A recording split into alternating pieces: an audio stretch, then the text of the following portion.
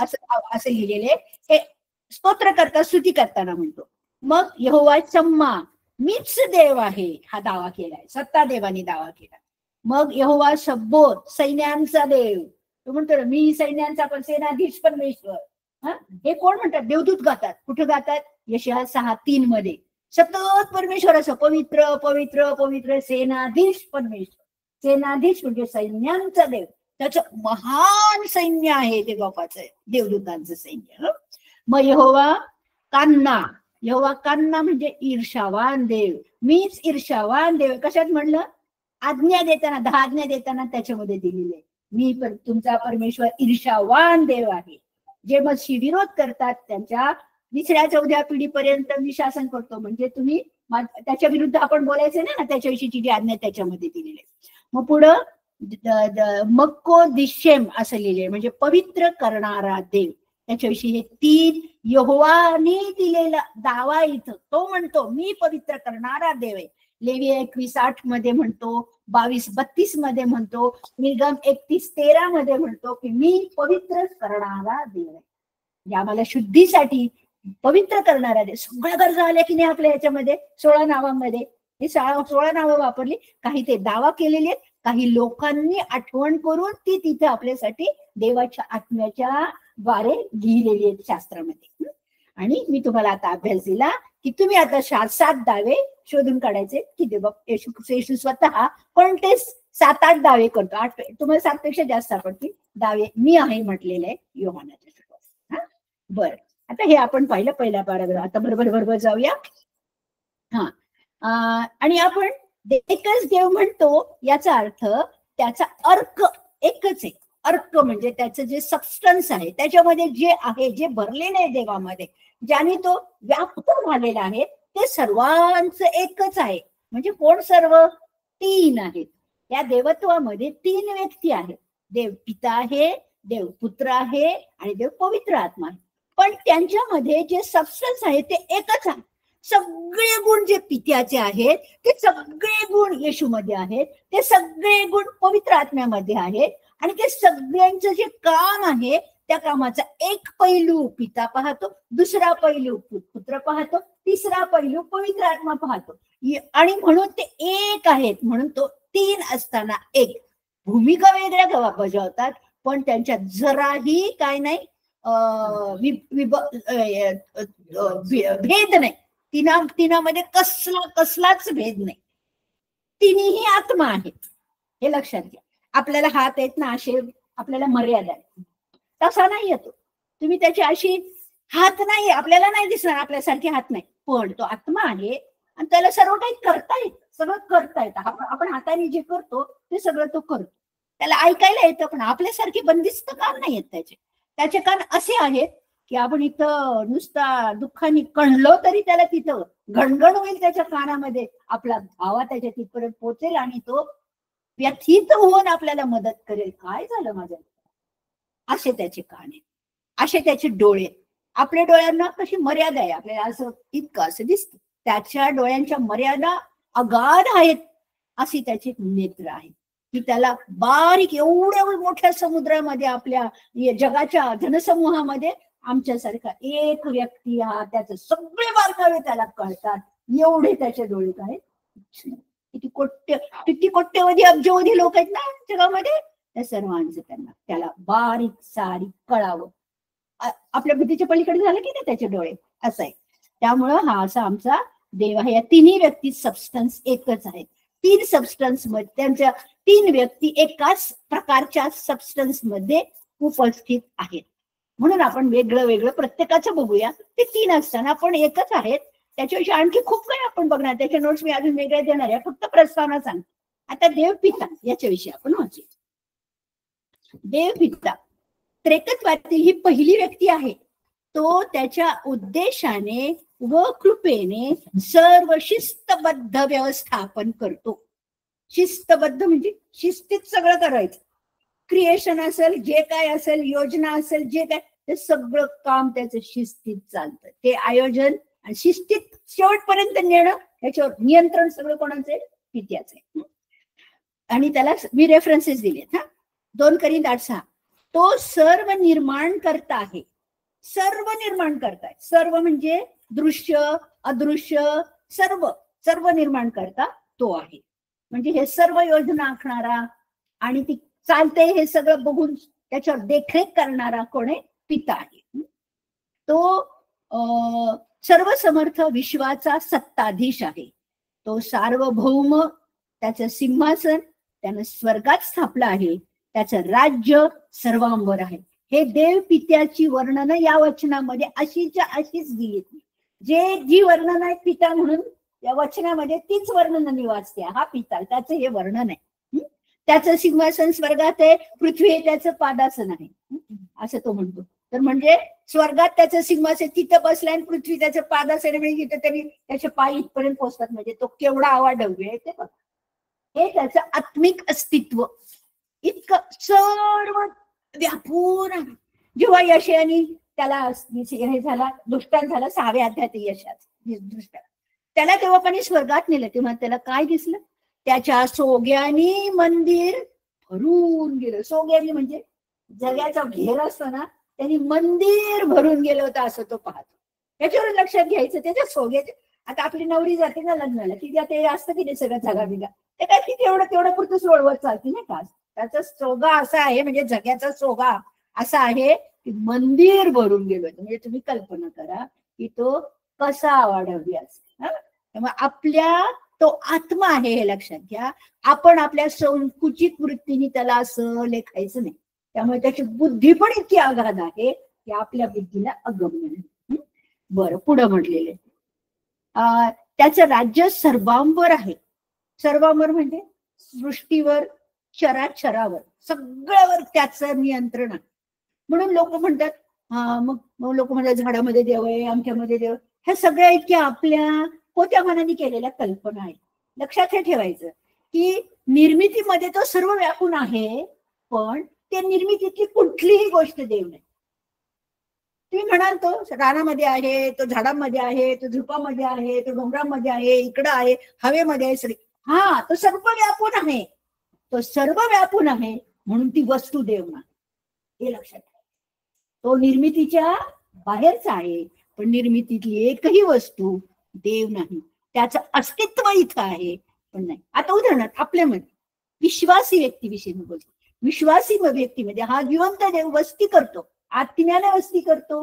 येशू म्हणतो मी पण वस्ती करेन, आणि पिता म्हणतो मी पण वस्ती करेन, असं येशूने अभिवचन दिलं. म्हणजे तारणानंतर त्रेक देव आमच्या जीवनाचा ताबा घेतो. हे त्याचं अस्तित्व आमच्यामध्ये राहतं.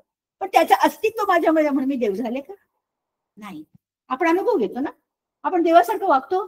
आपण ते पापी स्वभाव दाखवतो की नाही, आपलं सगळं अजून पण पापी स्वभाव दाखवतो ना, तारण म्हणून पण. कारण आपला देहच कसा आहे, पापाला भरलेला आहे. म्हणून आपण तारण झालं, त्याने आम्हाला पवित्र ठरवलं, तो आमच्यामध्ये राहतो, पण आम्ही देव नाही. म्हणून त्या कल्पना कशा चुकीच्या आहेत हे लक्षात घ्यायचं. कोणी पण तुम्हाला म्हटलं काय झालं ते पण, एकदा मी एक असंच एक कीटक आला आणि मी पटकन तो सगळेजण अशा करायला शाळेमध्ये, आणि मी पटकन चप्पल मारून टाकलं त्याला. मग नाही गो भाई, तू त्याचा आत्मा मोकळा केलास बाय. काय आहे त्याच्यात आत्मा आहे आणि तू मोकळा केलास, म्हणजे ते देव आहे का? त्याच्या देवाचा आत्मा आहे का? काय केलं तुम्ही? तू आता मुक्ती दिली त्यात. म्हणलं हे काय कीटकाचा विषय, आपण किती श्रेष्ठ या कीटकापेक्षा, एवढंच वाक्य बोलले मी. काय बोलायचं त्या बायकांच्या वर असले त्यांचे विचार. आता पुढं त्याचे पितृत्व हा त्याचा हुद्दा त्रेकत्वात आहे. त्रेकत्वात त्याचा हुद्दा काय? पितृत्व. आता पितृत्व म्हटल्यावर हे लक्षात घ्यायचं, आपल्याला पिता म्हटल्यावर असं डोक्यापुढे येतं की डोक्यामध्ये येतं की एक पिता आहे, त्याला मुलगा आहे, म्हणजे त्याला बायको आहे आणि म्हणून ते मूल जन्माला आले, अशी आपली कल्पना. त्याला पिता ही जी जागा दिलेली आहे ती उच्चत्व दाखवायला एक पद म्हणून दिलेले. त्याला ह्या जागा आपल्याला कळण्यासाठी कुठलाच शब्दच अस्तित्वात नाही, कारण असं आपल्याला डोळ्याला दिसेल किंवा कल्पना येईल असं पृथ्वीमध्ये काहीच नाही.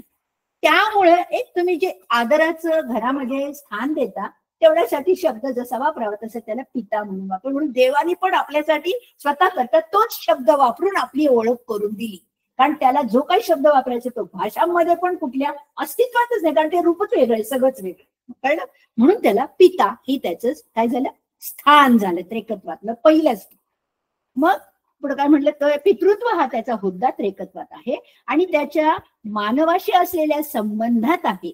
मानवाशी पण असलेल्या संबंधात तो कोण होतो? विश्वास ठेवल्यावर तो आमचा काय होतो? पिता होतो. आम्ही त्याची कोण होतो? मुलं होतो. हा आपला काय संबंध आहे, म्हणजे आत्मिक संबंध. आत्मिक काय म्हणतो तो? जितक्यांनी त्याचा स्वीकार केला तितक्याच म्हणजे त्याच्या नामावर विश्वास ठेवणाऱ्यास त्याने देवाची मुले होण्याचा अधिकार दिला. जेव्हा आम्ही मुलं होतो त्याची, तेव्हा विश्वास ठेवल्यावर, आणि तो आमचा काय होतो? पिता होतो. योहान 1:12 मध्ये सांगितलं. म्हणून आणि सर्वांवर सर्वांमधून सर्वांच्या ठाई असलेला देव जो सर्वांचा पिता तो एकच आहे, पण तो आत्मिक पिता फक्त विश्वासियांचा आहे. सर्वांवर देव म्हणून त्याची सत्ता आहे, पण पिता म्हणून कोणामध्ये सत्ता आहे? फक्त विश्वास तारण पावलेल्या व्यक्तीमध्ये फक्त. We are so privilege. अशा देवाची आम्ही मुलं आहोत. इतर सर्व जग केवळ देव येतो त्यांच्यावर, पण त्यांच्यावर त्याच नियंत्रण आहे. म्हणून आम्ही सांगताना काय सांगतो? सुवार्ता सांगता तुम्हाला आम्ही हे सांगितलं, हे सत्य आहे भाऊ, स्वीकारायचं तर स्वीकारा, नाही पटलं नका स्वीकारू, पण आम्ही तुम्हाला खरंच सांगू का, हाच देव शेवटी तुमचा काय करणार आहे? न्याय करा. न्यायाला मात्र ह्याची खूप चूक करावं लागणार. एवढं तुम्ही लक्षात ठेवा. यात अजिबात असत्य नाही, कारण हा निर्मिती बाहेरचा आपला निर्माण करताय, तो आपल्यापेक्षा वेगळा आहे, तोच आपला न्याय करतो. हे वाक्य बोलायला विसरायचं नाही, आपण सांगायचंच हे. पण तो आत्मिक पिता फक्त विश्वासियांचा आहे. मग रोम 8:14 मध्ये त्याच्याविषयी दिलं, जितक्यांना देवाचा आत्मा चालवतो तितके देवाचे पुत्र आहेत. तारणामुळे तो त्यांचा पिता होतो. 2 Corinth 9:18 व आपण त्याची प्रजा होतो. सतत संपूर्ण निर्मिती, सर्व त्यात घडणाऱ्या घटना त्याच्या तो ताब्यात ठेवतो, त्यांना दिशा देतो, त्यांना धरून ठेवतो. अफोल्ड म्हणजे आधार देतो, धरतो, हे करतो, त्याच्या ताब्यात ठेवतो, दिशा देतो, धरून ठेवतो, पाहतो, चालवतो. सर्व तुझं, राज्य तुझं, तू सर्वश्रेष्ठ उन्नत आहेस, असं प्रार्थनेमध्ये दावीद म्हणतो. ते मी वाक्य इथं घातली. तो सार्वभौम असला तरी तो पापाचा उत्पादक नाही. असा हा आमचा पिता सार्वभौम आहे, सर्वव्यापी आहे, सर्वांसाठी आहे, पण पापाचा उत्पादक नाही. तारण केलेल्या लोकांचा तो पिता होतो, म्हणून तो आपला देव बनतो. आणि हे कुणीही मी ख्रिस्ती आहे म्हणून मी देव माझा पिता आहे हे पण आम्ही म्हणू शकत नाही. आणि आमच्या एका कॅम्प मध्ये स्पीकरनी मिरजकर वारले, ते प्रभूकडे गेले, त्यांनी आम्हाला सांगितलं एकदा काय की तुम्ही स्वर्गातील बाप्पा ही प्रार्थना सगळ्यांना म्हणताच येण्यासारखी नाहीये. आपण एक चांगली गोष्ट म्हणून शिकवतो शाळांमध्ये, पण ऍक्च्युली तुम्ही म्हणू शकता का त्याला हे आमच्या स्वर्गातील बाप्पा? कुणाला शिकवली त्यांनी? शिष्यांना शिकवली ना. शिष्य येऊन म्हणाले, प्रभू आम्हाला प्रार्थना करायला शिकवा. तेव्हा प्रभू म्हणाला, तुम्ही अशी म्हणाल प्रार्थना, हे आमच्या स्वर्गातील. जोवर तारण होत नाही तोवर तारण न झालेली ही प्रार्थना पण म्हणायची त्यांची पात्रता नाही, कारण ते देवाचे पुत्रच झालेले नाही. खात्री करून द्यायला पाहिजे त्यांना की तुम्ही देवाचे पुत्र व्हायचा अनुभव घ्या, तर तुम्हाला ही प्रार्थना लागू पडेल. मग सार्वभौम तो पापांचा उत्पादक नाही आणि पाप चालवून घेणारा पण नाही, कारण त्याच्या नजरे पुढे पाप उभंच राहू शकत नाही. पापाला मान्यता पण तो देणार नाही, असा तो देव आहे. कारण म्हणजे तो बघूच शकत नाही, तो पापाकडं असंच करत आणि लगेच ते पाप काय त्याला झटकून देईल, नाहीच येऊ देणार आपल्या पुढे. कायच करायला जेव्हा ठेवलंय तेव्हा न्याय करणार, म्हणून आपण जाऊ शकत नाही ना त्याच्यापुढे. म्हणून प्रभू आपल्याला मध्यस्थ लागतो. म्हणून योग ओरडतो, प्रभू तुझ्याकडे यायला, मला न्याय मिळायला मला मध्यस्थाची गरज आहे, कारण मी तुझ्याकडे येऊ शकत नाही, मी नीतिमान नाही. योग पण म्हणतो चालवून घेणारा, पापाला मान्यता देणारा पण नाही. हबक्कूक 1:13 मध्ये, योहान 8:38-47 मध्ये हे वर्णन केलेले की तो इतका पवित्र आहे की तो पापाकडे नजर लावत नाही, त्याला पापाकडे पाहवत नाही असं म्हटलेले हबक्कूक मध्ये. आणि तो प्राणी मात्रांच्या बौद्धिक नैतिकतेला जबाबदार नाही. प्राणी मात्रांच्या त्यांची काय जी नैतिकता असेल त्याला तो नाही जबाबदार. त्यांना ते नीतिमान वाटतं ना. आता उदाहरणार्थ तुम्ही पाप बोलायला लागला ना, तर लोक तुम्हाला काय प्रश्न करतात माहितीये, तुम्ही त्याला पाप म्हणता, मी नाही म्हणत त्याला पाप. मग काय उत्तर देणार? आम्ही कोण ठरवणार आहे पाप? पाप काय ठरवणारा कोण आहे? देव.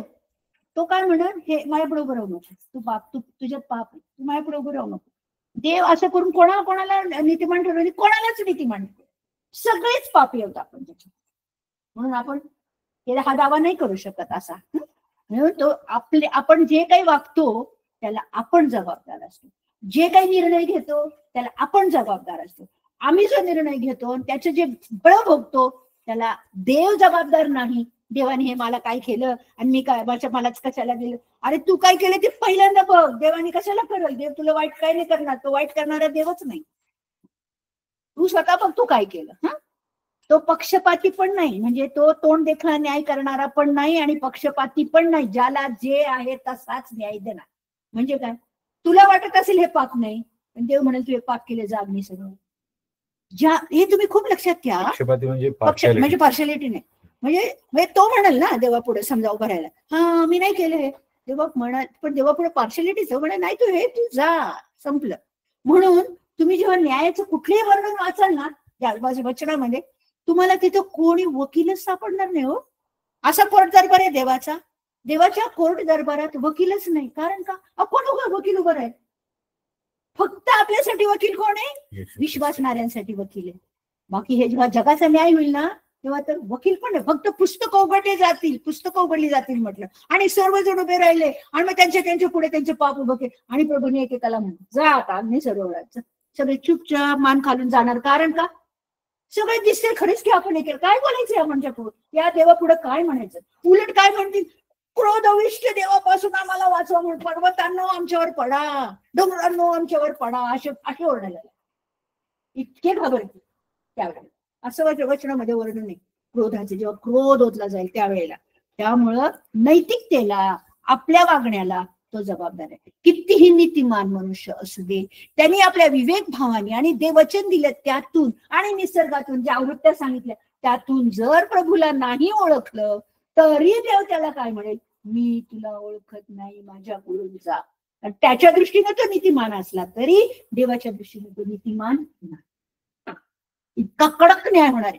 वेळ आपल्याला आता आहे, जीवन आहे तोवर आपल्याला आता वेळ आहे, हे सगळं जाणून घ्यायचे देवाचे गुण आणि आपण काय तो निर्णय बरोबर घेऊन वेळेवर प्रभूला गाठायचं. हे आपल्या जीवनाला देवबापांनी दिलेला आशीर्वाद आहे की आयुष्य दिलंय त्याला ओळखायला, म्हणून आपण ओळखायचं आणि आपली रस्ते बदलायचे आणि त्याला आवडतं तेच आपण करायचं. आणि त्याने युगारंभापूर्वीच ज्यांना स्वतःचे करावेत अशांची निवड केली. हा उत्पत्तीपूर्वी देव आहे आणि युगारंभापूर्वी म्हणजे निर्मिती करण्यापूर्वीच ते जे लोक निर्माण होणार आहेत त्यांच्यातून स्वतःसाठी काही निवडून ठेवले. कशासाठी नाही, हे लोक मी निवडणार आणि हे माझ्या बरोबर राहिले पाहिजे, ह्याच्यातले काही माझ्या मुलासाठी मी वधू म्हणून देणार आणि बाकी सगळे माझ्या बरोबर मी ठेवणार आहे म्हणून ठेवली बाजूला, निवडलेलं. त्याचं ते तारण, त्याचं मग तो ख्रिस्ताद्वारे त्यांचं तारण करतो. ते सगळे त्याच्याकडे येतील, त्यांना आपण त्याचे दत्तक आणि कन्या बनवतो तो, आणि त्यांचा तो पिता होतो. त्यांना तो दत्तक म्हणतो, त्यांचा तो पिता होतो. आणि योहान 1:12 मी मगाशी वचन वाचलं ते त्यांनी तिथे लिहिलेलं आहे. ते योहान रोम प्रकाशपत्र 8:15, गलती 4:5 मध्ये, इब्री 12:5-9 5-9 मध्ये इथे हे दिले रेफरन्सेस, ज्याच्यामध्ये आपल्याला कसं तो देवाची मुलं करतो, तो आपला कसा पिता होतो याचं हेच मी लिहिलेलं आहे ना, ते वर्णन तुम्हाला तिथं सापडेल. हे वचनातले पुरावे म्हणून दिलं, वेळ नाही म्हणून मी हे सांगते, हे सगळं तुम्हाला पाठवणार आहे. आता दुसरं देवत्वातली व्यक्ती म्हणजे कोण, येशू ख्रिस्त ही देवत्वातली दुसरी व्यक्ती.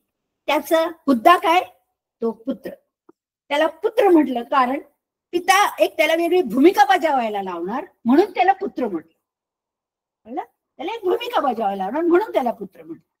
आणि तो जसा देव आहे पिता तसाच तो आहे, फक्त त्याला भूमिका काय देणार, काहीतरी एक योजना केलेली आहे. त्या योजनेसाठी हा पुत्र हा तो काही काळाकरता वेगळ्या रूपामध्ये त्याच्या निर्मितीमध्ये पाठवून देणार आणि त्याची तारणाची योजना पूर्ण करणार. म्हणून ती पूर्ण करण्याकरता त्याला जे एक्स्ट्रा रूप धारण करावं लागणार त्याच्यासाठी त्याला पुत्र म्हणतात. त्याला त्याने जन्म दिला याच्यामध्ये, कशामध्ये, जगामध्ये जन्म घेऊन पाठवलं म्हणून त्याला त्या दृष्टीने पुत्र. आपल्यासारखा पुत्र होणं नाही, की त्याचं देवत्व आहे ते देवत्व घे आणि हे मानवत्व धारण कर, हा त्याचा काय आहे, देवाने दिलेला जन्म, म्हणून त्याला पुत्र म्हटलेले.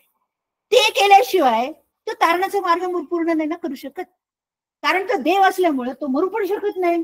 मग मरणार कसा? देवानी योजना आखली, ही युगकालापूर्वीच आखली, मिटिंग भरली, योजना आखली. त्या पॅरेग्राफचा आपण सेपरेट अभ्यास करणार आहे. म्हणून ते मी आता लगेच तो अभ्यास घेणार आणि ह्याच्यात दिलाय मी तो अभ्यास. पुढचे जे पानं दिलेत ना त्याच्यात तो अभ्यास दिलाय. आपण बरेच प्रश्न दिलेत आणि त्याच्यात इफिसियन्स पत्र 1 ते 14 अभ्यास करणार होतो. काय ठरलं त्या मीटिंग मध्ये, झालं काय ते आपण अभ्यास करणार.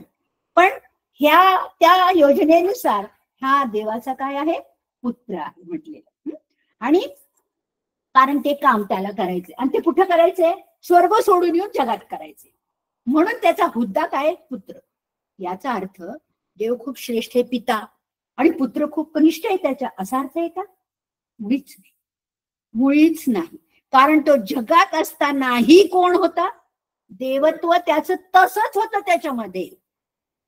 आता पुढे पण मी लिहिलंय ते. म्हणून तो देवही आहे, देव मानव होता. असा माणूसच जन्माला नाही की जो देव मानव आहे. म्हणजे त्याचं अंतःकरण देवाचं आहे आणि त्याचे वरून पांघरलेलं वस्त्र काय आहे? आच्छादन काय आहे? गौरिंग काय आहे? मानवत्व. पूर्णपणे मानवत्व आणि पूर्णपणे देवत्व. म्हणून कलोसे 2:9 मध्ये काय म्हणलंय? त्याच्यामध्ये देवत्वाची पूर्णता वसते. वसते म्हणजे राहते, म्हणजे ड्वेल, म्हणजे काय म्हणायचं, मुक्काम ठोकलाय त्याच्यामध्ये देवत्वाचा. कळलं? म्हणून तो आता तुम्ही म्हणा मग तो देवत्व आहे म्हणून तो निर्दोष राहिला का? नाही. आता त्याला पुन्हा उत्तर आहे काय? तो मानव आहे, त्याप्रमाणे मानवाच्या सर्व मर्यादा ज्या आहेत त्याला आहेत. पण देवत्वाचे सर्व गुण त्याच्यामध्ये आहेत, तरी मानवाच्या ज्या मर्यादा आहेत तो सगळ्या तो पाळतो का? कारण त्याला मानव होऊनच मरायचंय त्याला मानव होऊन. शेवटपर्यंत मर्यादा त्याला पाळल्या पाहिजे. भूक लागली पाहिजे, तहान लागली पाहिजे, फिरलं पाहिजे, बोललं पाहिजे, सगळं केलं पाहिजे. म्हणजे सगळं नियमशास्त्राच्या सर्व आज्ञांप्रमाणे ते आज्ञा पालन करणारं जीवन तो या जगामध्ये जगला आपल्यासारखं. म्हणून त्याचं वर्णन खूप छान इब्री 4:15 मध्ये केलं. काय केलं? तो आपल्यासारखाच मानव देहधारी झाला, तरी त्याची आपल्यासारखीच सर्व प्रकारे परीक्षा झाली. म्हणजे तो पारखला गेला म्हणजे सर्व प्रकारचे मोह त्याच्यावरती आले. मानव म्हणजे आपल्याला येतात ना, त्याच्यावरही आले, सर्व मोह आले. पण एकही मोह त्याच्यामध्ये शिरला नाही. त्यांनी त्याच्याशी मुकाबला करून सोडून दिला. उदाहरण सांग. येशूच्या परीक्षेमध्ये पहिलीच परीक्षा भूक लागली. अरे तुझ्या देवाचं काही प्रेम आहे का तुझ्यावर? पित्याचं काही प्रेम आहे का तुझ्यावर? तर देतोय का तुला भाकरी? कर, खाली लवकर भाकरी करून खा, तुझी भूक लागली. भूक लागली. कोणाविषयी तो त्याच्या मनात राहतो? पित्याविषयी. शिरला का हा मोह त्याच्यामध्ये? नाही. अरे काय माझ्या बापाविषयी बोलतो तू? अरे मिस्तर तो आहे माझ्यामध्ये, तो बसतोय, मी नाही खाणार हे करून जा, नाही खाणार मला, मी राहतो असं. 40 दिवस राहिला, अजून राहील. पुढं दुसरी परीक्षा. अरे काय तुला तुझ्या काय तुझ्या बाप काय तुझ्या जीवावर प्रेम करतो का? उडी मार, बघ करत. तू उडी मारली तर तू म्हणतो नको प्रेम करतो. अरे तो तुला सहज देव तुला येतील झेलून धरतील, तुला काहीच नाही होणार. असला मोह ना हा. माझा देव त्यांनी मला मरायला पाठवलंय, इथं मरायला नाही पाठवलंय, मला माझ्या समोर मरायला पाठवलंय. माझ्या बापाविरुद्ध बोलू नको, जा, मला माझ्या बापाचं ऐकायचं. झालं. तिसरी म्हणजे तो देवाची योजना आहे त्याच्यासाठी. त्याच्या तिसरा आला काय म्हणतो? हे बघ, तुला काही सामर्थ्य आहे ना, तर तुला सगळं काही मिळू शकतं रे. तू आता फक्त माझ्या पाया पडकी देतो, आराधना. अरे मी माझा देव आराधनेला पात्र आहे आणि मी पण आराधनेला पात्र आहे, आणि मी तुझ्या पुढं नमन करणार नाही करणार. मीच तर आराधनेला पात्र आहे, मी कशाला तुझ्या नमन करायचं? माझा देव पण, पिता पण आराधनेला पात्र आहे, माझा आत्मा पण आराधनेला पात्र आहे, आणि मी पण आराधनेला पात्र असणारे आम्ही आहोत, आणि तू मला तुझ्या पाया पडायला लावतोस काय? कळलं? अशा परीक्षांना तो पारखला गेला तरी निष्पाप राहिला, कारण त्याला कुठे भरायचं होतं?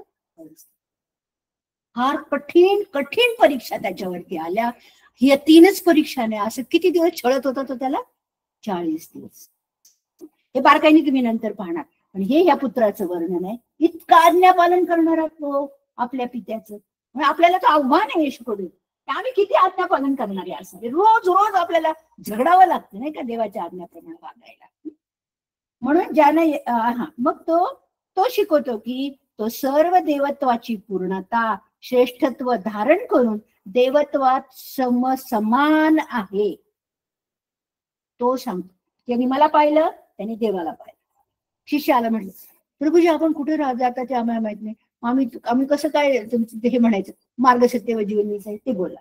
मग ते म्हणे प्रभू आम्ही पित्याला पित्याला तू मला पिता दाखव असं कसं म्हणतो. तो मला म्हटला ज्यांनी मला पाहिलं आहे त्यांनी पित्याला पाहिलं आहे, तर पिता असं दाखव मला असं कसं म्हणतोस तो मग तू, असं तो त्याला म्हणतो. ज्यांनी मला पाहिलं त्यांनी पित्याला पाहिलं. म्हणजे मी पिता कसे आहोत एक, सर्व समगुण संपन्न आहे. कोणासारखा पित्यासारखा. तो पित्यासह तो सनातन आहे. योहान 10:10 मध्ये दिले, 30 मध्ये दिले.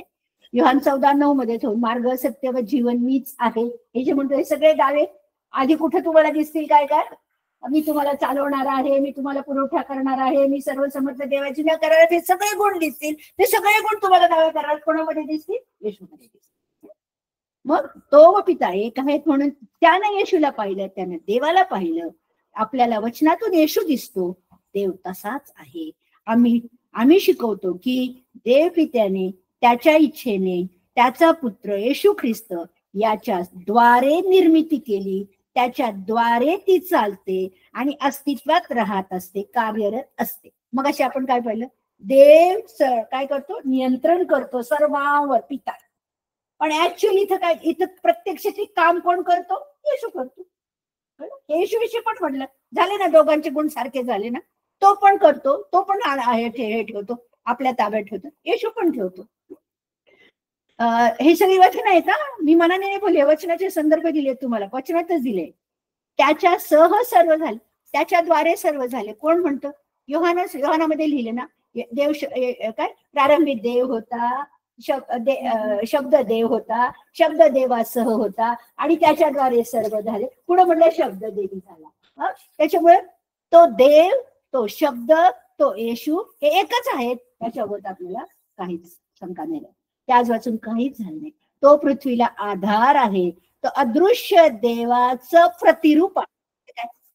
अदृश्य देवाचं प्रतिरूप. आरशासमोर तुम्ही उभं राहिला, आरशात तुमचं जे रूप दिसतं ते रूपन तुम्ही वेगळे वेगळे आहात का, नाही. मग कसा येशू जो स्वर्गातून खाली आला तो कसा आहे, पिता कसा आहे बघा मला, मी दिसतो ना कसा पिता आहे, असं तो म्हणतो. पिताचं प्रतिबिंब आहे, मला बघा तुम्हाला पिता दिसेल असं तो म्हणून. म्हणून मी व पिता आहे दावा करतो येशू स्वतः. पुढे आकाश पृथ्वी दृश्य अदृश्य राजे अधिपती सर्व त्याच्याद्वारे त्याच्यामध्ये सर्व काही अस्तित्वात आहे. आज आपण लाख प्रश्न विचारू जगात काय चाललं त्याच्याविषयी, आणि खूप काही गोंधळ चालला म्हणून आपण बरीच त्याच्यावर चर्चा करू. शेवटी आपल्याला एकच निष्कर्ष काय येतो, तरीही या सर्वांवर कोणाचं सत्ता चालू आहे, देवाच्या हुकुमाशिवाय एकही गोष्ट घडत नाही. त्याने अलाव केलं म्हणून एक घडतं, कारण त्याच योजनेमधून त्याची योजना पुढची जी आहे ती उत्पन्न होणार आहे, जे त्याने ठरवले ते, म्हणून तो चालू देतो आणि ते सर्व घडू देतो, असं तो करतो. उदाहरणार्थ यशा 14 मध्ये सांगितलं की येशू जन्माला येईल कोणाच्या पोटी, मरियेच्या. त्याच्या आधी कोणाला सांगितलं, दाविदाला. त्याच्या आधी कोणाला सांगितलं, मोशेला सांगितलं. पण काळ किती लागला, इसवी सन 0 पर्यंत यायला, त्याला BC 4 पर्यंत लागले येशू जन्म घ्यायला. एवढा वेळ लागला की नाही, वेळ तो घेतो, कारण त्याला काय काय काय काय त्याच्या योजनेमध्ये घडायला पाहिजे होतं, ते सर्व घडलं. आणि मग म्हटलं योग्य वेळेला तो त्या स्त्रीच्या पोटी जन्माला, असं म्हटलेलं. म्हणजे ती वेळ त्यांनीच ठरवली. तसंच सगळी काळ वेळ तो ठरवतो म्हणून ते घडतं. मग पुढं सर्व त्याच्या आम्ही असं शिकवतो की तो येशू देव मानव झाला. त्यानं फक्त देवत्वाचं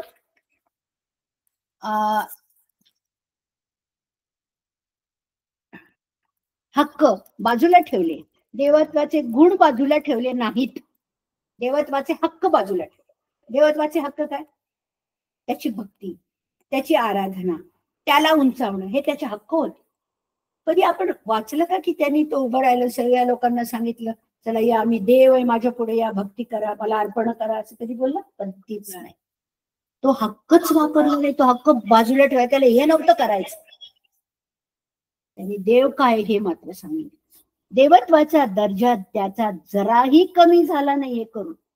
सगळा देवत्वाचा दर्जा जो होता तो त्याचा तसाच होता, पण त्यांनीच चूज केलं, ठरवलं की त्यांनी त्यांच्यातच ठरलं काय देवत्वाचे हक्क तसेच ठेवायचे, वापरायचे नाही जगात गेल्यावर. पण त्याच्या आपोआपच्या गुणामुळे जेव्हा जेव्हा त्याला त्यांनी चमत्कार केले, सगळं काही केलं, पण हक्क कोणचे ते नाही वापरले. आज्ञा द्यायच्या काय पण, हा त्याला धोंड्याच्या भाकरी करा, नाही ही आज्ञा नाही वापरायची. मी देवत्व बाजूला ठेवले, मला आता हे नाही करायचं. मेलेल्यांना उठवलं, काय काय केलं, सगळ्या गरजा बघून केलं, काहीतरी त्यामागे हेतू बघून केलं, ज्यामुळे पित्याचा गुण लोकांना कळावा म्हणून केलं, ज्यामुळे लोक देवाकडे वळावेत म्हणून केलं. हा सत्यदेव, हाच या सर्वाचा करता करविता आहे हे कळावं म्हणून केलं. त्याच्या मग हेतू होते म्हणून केलं. पण त्यांनी हक्काने स्वतःची उपासना करून नाही घेतली, तो हक्क त्यांनी बाजूला ठेवला. तो हक्क त्याचा गेलेला नव्हता, त्यांनी स्वतःहून बाजूला ठेवलेला. असं काही गोष्टी नाही करायच्या. असं तो देवमानवाच्या भूमिकेतील त्रेकत्वातील दुसऱ्या व्यक्तीने मानवतेचे आवश्यक गुण म्हणजे पूर्णपणे मानवाप्रमाणे वावर करणे, जगणे, खाणे पिणे, राहणे हे त्याने स्वीकारले. म्हणून स्वभावाने तो पूर्ण देव पण आणि पूर्ण मानव पण, म्हणून तो देव मानव होता. कळालं? कलसे हे सगळे दिले. त्याच्या ठाई देवत्वाची पूर्णता वसत होते. कलसे 2:9 मध्ये दिलेले आहे. इब्री 4:15 नुसार मानवाप्रमाणे त्याच्यावर सर्व मोह परीक्षा आल्या, तो पारखला गेला, तरी तो पवित्र राहिला, त्याच्या हातून जराही चूक झाली नाही. म्हणून धर्म पुढारी, पिलात, हेरोद, जनता या कोणालाही त्याच्यावर ठार करण्याकरता एकही आरोप सिद्ध करता आला नाही. मग त्याच्यावर कोणते आरोप करून त्याला मारलं? तो देव आहे म्हणून त्याला मारलं, हा स्वतःला देव म्हणून. येशूला का वधस्तंभावर दिलं? तो देव आहे म्हणून वधस्तंभावर दिलं. तो म्हणाला मी देव आहे, होताच ना, त्यांनी विश्वास ठेवला नाही. पण काय झालं? आमचं तारण झालं ना, त्यांनी प्राण गेले, त्याच्यासाठी तो आला होता. दुसरा आरोप त्यांनी काय केला? तो स्वतःला राजा म्हणवतो. हो, तुला त्याने विचारलं तू राजा आहेस का? तुम्ही म्हणता तसंच, हो, पण माझं राज्य इथलं नाहीये, तुम्ही घाबरू नका, तुमच्या राज्याला मी काही करणार नाही, आता नाही, माझं राज्य मी स्थापन करणार आहे, तुम्ही मनुष्याच्या पुत्राला याल वगैरे असं बोलला होता. तो त्याला काय कळलं नाही, पण तो कोणत्या विषयी म्हणा, परत येणार त्याच्याविषयी पण बोलला. त्याच्या लोकांना बरं हा दुर्भाषण करतो, तो राजा आहे म्हणतो. जे तो आहे त्या सत्यासाठी त्याला मारलं. तो देव आहे ह्या सत्यासाठी मारलं, तो आमचा राजा याच्यासाठी मारलं. आणि तो लवकरच कुठलं राज्य करणार? कोणता राजा होणार होता? पहिल्यांदा आमच्या अंतःकरणाचा राजा होणार होता, आणि मग कशाचा राजा होणार आहे? सर्व जगावर राज्य करणार आहे, प्रत्यक्ष. आपण पण त्याच्यावर राज्य करणार, विश्वासी जन ना. ते त्याचं प्रत्यक्षातलं राज्य नंतर येणार, पण आता त्यांचं कोणतं राज्य चालू आहे? म्हणून तू काय म्हणतो? पश्चाताप करा, कारण स्वर्गाचं राज्य जवळ आलंय असं म्हटलं ना. म्हणजे आपल्या अंतःकरणाचे स्थापायचं होतं.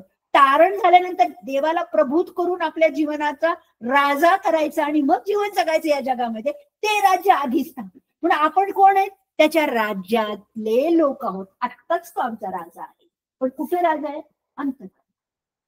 हे राज्य ऑलरेडी सुरू झालेलं आहे, ऑलरेडी तो बांधत आहे. हे राज्य प्रत्यक्षात केव्हा येणार? जेव्हा तो प्रत्यक्षात येणार तेव्हा पृथ्वीवर पण राज्य करणार. आपण त्याच्या नवीन पृथ्वीवर पण राज्य त्याच्याबरोबर सदा सर्व काळ राहणार. ते राज्य त्याचं.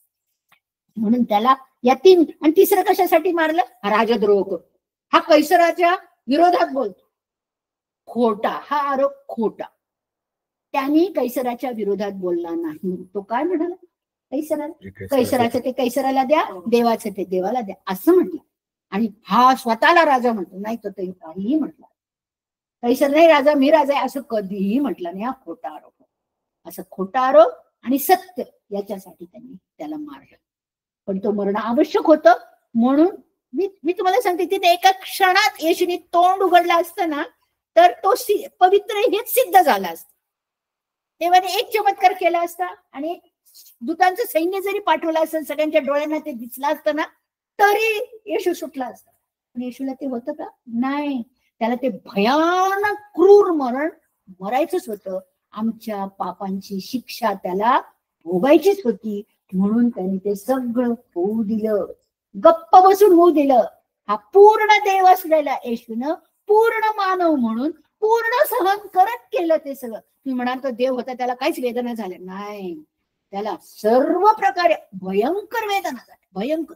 असं वर्णन लिहिलंय यशया 52:13-15 वचनामध्ये, की तो माणूस म्हणून ओळखता येत नव्हता, एखाद्या ओंडक्यासारखा झाला. म्हणजे तुम्ही जे वधस्तंभावरचा ख्रिस्त म्हणता ना, तसा सुद्धा तो दिसत म्हणजे ते कल्पनेचे चित्र आहे. वचनात पाहिल्यावर दिसत तो एखाद्या ओंडक्या, म्हणजे ओंडका कसा असं सरळ, म्हणजे केवढा सुजला असेल ना तो, केवढा सुजला असेल, त्याचं सबंध हे असं सुजून अख्खं शरीर असं ओंडक्यासारखं झालं होतं, ओळखूच येत नव्हतं असं झालं. म्हणजे त्या 3 तासात अंधार जो पडला ना, ओंडका म्हणजे हे लाकूड झाडाचं खोड आहे ना, जे झाडाचं खोड तसं दिसलं म्हणजे. आणि एवढं सगळं सुजलेलं आणि सगळे घायाळ आणि पोवाळलेलं रक्ताळलेलं असं सगळं, म्हणजे काय त्याचं वर्णनच करता येणार असं झालं. तुम्ही वाचाच ते वचन कसं भयानक आपल्या डोळ्यापुढे चित्र आणतं. तो ओंडक्यासारखा मनुष्याच्या सारखा दिसत नव्हता, विरूप दिसत होता असं म्हटले यशया 52:13-15. पहा माझा सेवक शून्यतेने वर्तेल, तो थोर व उन्नत होईल, तो अत्युच्च होईल. ज्याप्रमाणे तुला पाहून बहुत लोक चकित झाले, त्याचा चेहरा मनुष्याच्या चेहऱ्यासारखा नव्हता, त्याचे स्वरूप मनुष्य जातीच्या स्वरूपासारखे नव्हते, इतका तो विरूप होता. त्याप्रमाणे तो अनेक राष्ट्रांना दचकायला लावील. तेव्हा तो तसा नाही येणार. आता न्याय करायला येईल तर सगळे दचकतील, ते बघून ज्याला आम्ही मारलं तो येशू हा, असे दचकतील. आता येतील ते बघतील ना सगळं, ते त्याचे व्रण जे आहे ते तसेच असणार, पण येशूला ओळखतील ते, असा बेरूप नसणार तो. आता गौरवाने येणार, गौरवी, पण चिन्ह सगळे असणार त्याच्याजवळ. हे चिन्ह दाखवतो, इथं चिन्ह, हा हे चिन्ह, खुणा सगळे असणार तिथे, ओळख हे पण सगळे खुणा असतील. कारण का लोकांनी ज्यांनी भोसकले ते पाहतील आणि ओळखतील, अरे आम्ही ज्याला भोसकलं तो येशू. पण कोणत्या शरीराने असं, गौरवी शरीर, तेजस्वी असेल, सगळं असेल, पण ते सगळं दिसेल. म्हणून कसं वर्णन केलंय ना ह्याच्यामध्ये, तुम्ही जेव्हा पाहता येशूचं वर्णन केलं, किंवा तो देवाचा शब्द असे नाव त्याच्यावर लिहिले होते, आणि रक्ताने भरलेलं वस्त्र, लाल वस्त्र, नाही का, असं वर्णन केलंय ना. म्हणजे त्यावेळेला जसं त्याला झालं, त्याचे चिन्ह त्याच्या वेळेला दाखवतो, लोक ते ओळखवा ना, गौरवी देव आहे हा, असं गौरवी दिसतोय. आणि हे चिन्ह काय दाखवतात, अरे म्हणजे तो हे दाखवतात ते चिन्ह, इस्रायल लोक ओळखायला पाहिजे. म्हणजे म्हणून मी तुम्हाला मागे सांगितले ना, यशया 53 मध्ये जे सगळं जे वर्णन केलंय ते 52 पासून ते वर्णन त्याचं ना, मग पुढे भूतकाळात सगळं केलेलं ते वर्णन. भूतकाळात करायचं काय, त्यांना तेव्हा आठवलं, अरे आपण भूतकाळात जे येशू पाहिलं तो हा, ते सगळं ते शब्द त्यांना आठवतील, ते त्यांच्या भाषेत लिहिले, की आठवण करून द्या. बरं, पुढे जाऊया. तो तिसरं, मग तो देव होताच, तो सर्वांच्या हृदयाचा राजा होणार होता, आणि तो सर्व विश्वाचा राजा आहेच, त्याचे प्रत्यक्ष राज्य येणार आहेच. कैसराविरुद्ध त्यानं बंड केलंच नव्हतं, त्यानं उलट म्हटलं होतं की कैसराचं कैसराला, देवाचं ते देवाला द्या. म्हणून त्याचं निरपराध, निर्दोष, निष्कलंक कोपरा म्हणून आपल्यासाठी बदलीचं मरण झालं, ते देवाला पूर्ण मान्य झालं. येशू देवत्व आणि मानवत्व यातील अतूट नातं सादर, देवत्व आणि मानवत्व यातलं अतूट नातं, म्हणजे नातं वेगळं नाही होणार असं ते. तो देवत्व पण त्याच्यातून दाखवतो, मानवत्व पण. कसं, तुम्ही नुसतं त्याचं वधस्तंभ जरी वाचला तर तुम्हाला कळेल. कसं ते आंब वगैरे सगळं घेतो, आणि मग सर्व पूर्ण झाले आहे का नाही हे बघतो, आणि मग शास्त्र लेख पूर्ण व्हावा म्हणून त्याने म्हटले मला तहान लागले, मोठ्याने ओरडून म्हटले. आता तुम्ही कल्पना करा, एवढा भयानक दिसणं म्हणजे काय या वेदना. आपण आता वचन वाचलं 52 मध्ये, तो कसा होता, एवढं मोठ्याने ओरडायला त्याला ताकद आहे ना, एवढा तरीही तो एवढ्या ताकदीने ओरडतो. हे कुठलं सामर्थ्य, हे देवत्वाचं सामर्थ्य दाखवून देतो तो तिथे. आणि जेव्हा गेतशेमने बागेमधून आला त्यावेळेला पण त्याला रक्ताचा घाम आलेला, म्हणजे तो केवढं, मी सांगितलं ना, हार्ट अटॅक होऊन एखादी व्यक्ती मरण पाहून जाईल असलं त्याच्यावरती झालेलं.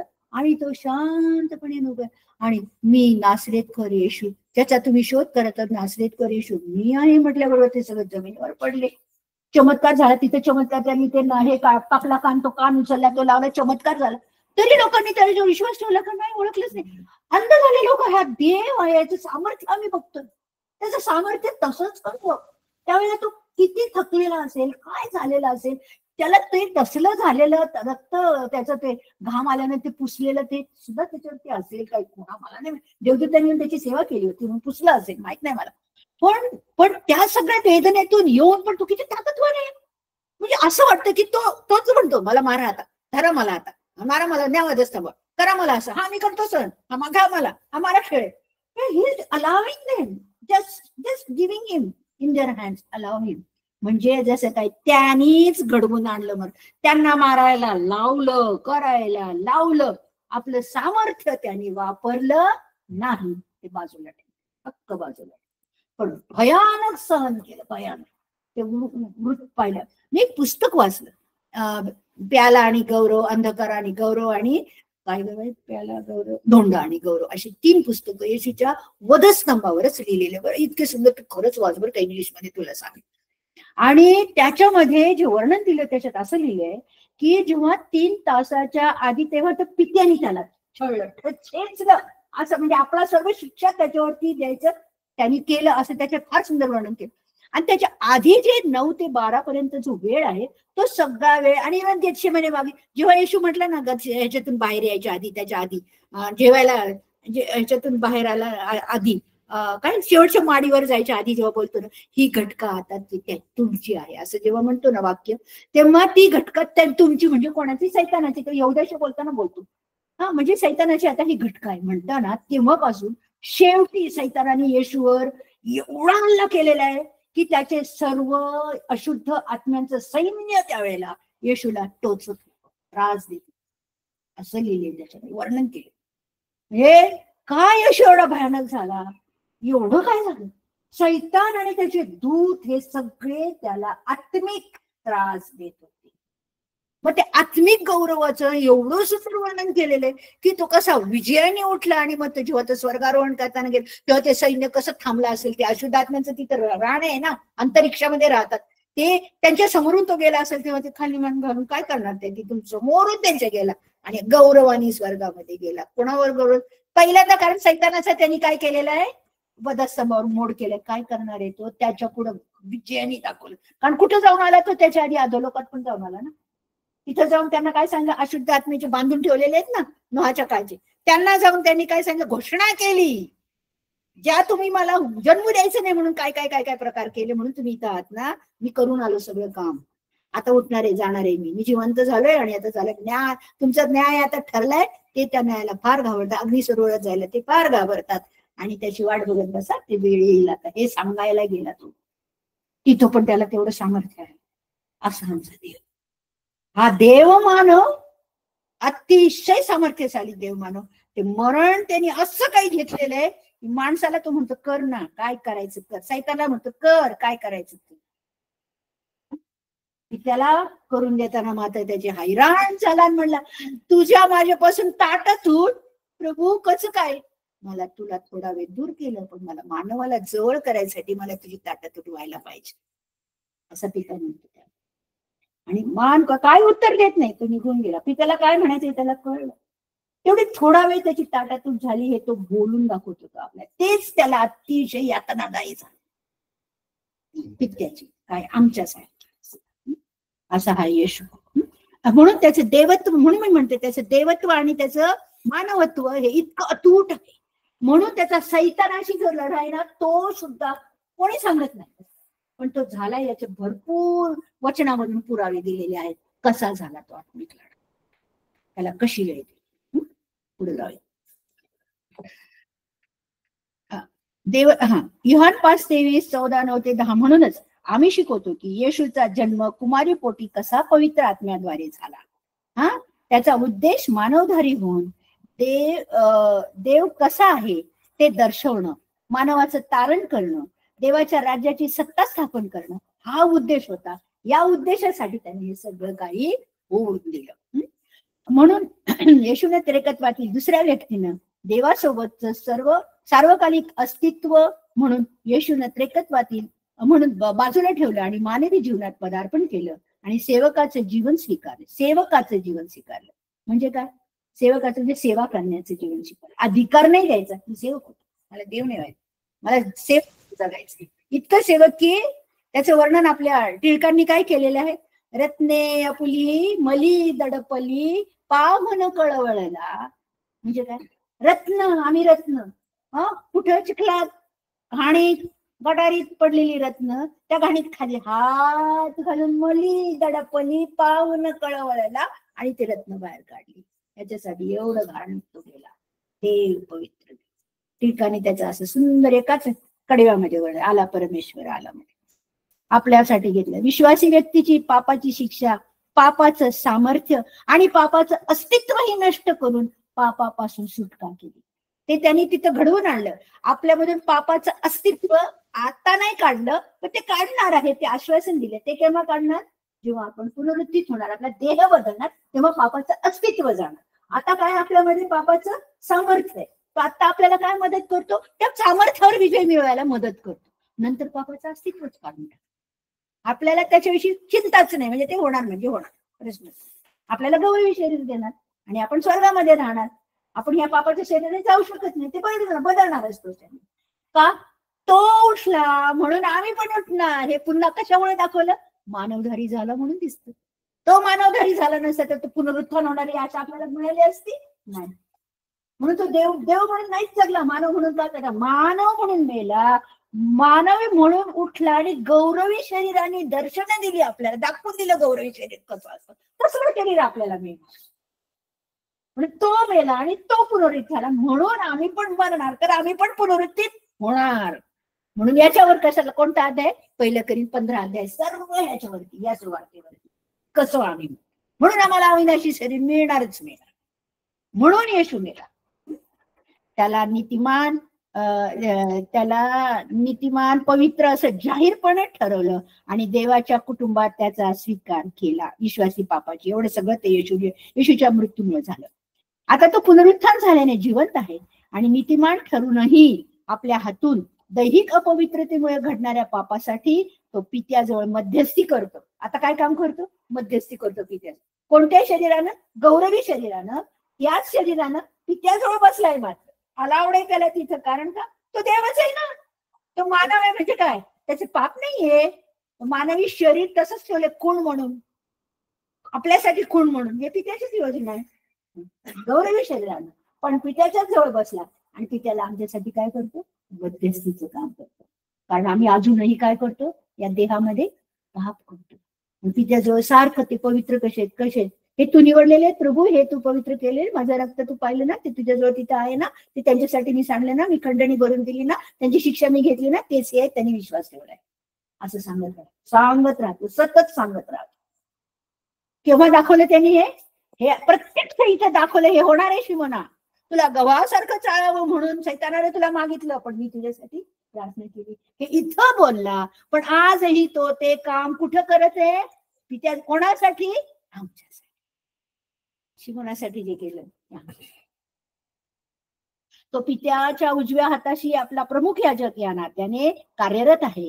हे पित्याने त्याचा यज्ञ मान्य केल्याचा पुरावा आहे. तो गौरवी देहाने पूर्ण देवत्वाने तेथे हजर आहे.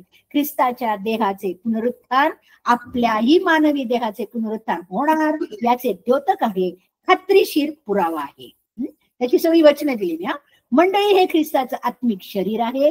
तिला तो काय किती काय काम आहेत बघा या येशूची, ही पित्याने सोपलेली काम. आता काय आहे त्याचं? तो मंडळीचं शरीर आहे, तिथं सांभाळून काय कामं करतो इथं ते पित्याने सांगितलेली सगळी कामं. आणि ते सादर कोणाकडे? पिता पण त्याच्यामध्ये काय ना इन्व्हॉल्व आहे ना. त्यांना स्वीकार करायचं काम कोण करतो? पिता. त्यांना नीतिवान ठरवायचं जाहीर कोण करतो? पिता. त्याला त्याच्यासाठी जवळ कोण घेऊन जातो? येशू मध्ये असतं. सगळे कामात आहेत. पिता पण कामात आहे, येशू पण कामात आहे, एकाच कामात आहेत. आणि हे सर्व अशा रीतीने झालं. शिक्षा कोणी ठरवली? पित्याने. घेतली कोणी? पुत्राने. बोलतो कोण? पुत्र.